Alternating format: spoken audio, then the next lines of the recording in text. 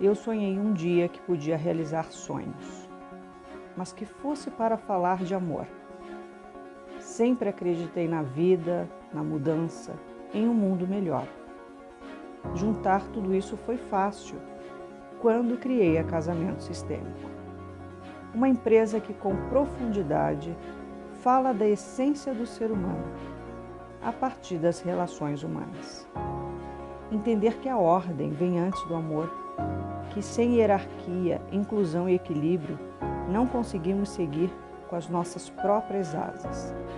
Aí sim, foi uma grande descoberta. Assim é o trabalho da constelação familiar de Bert Hellinger.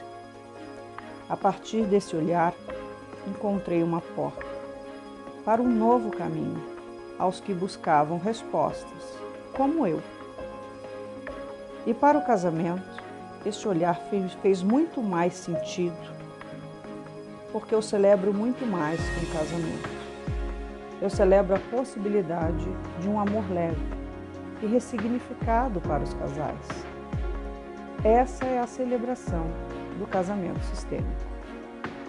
E dia 5 de novembro, às 14 horas, estarei eu e mais meus convidados no YouTube ao vivo, falando desse tema, com muito carinho, a vocês noivos, casais, que estejam abertos a essa nova possibilidade de celebração. Até lá!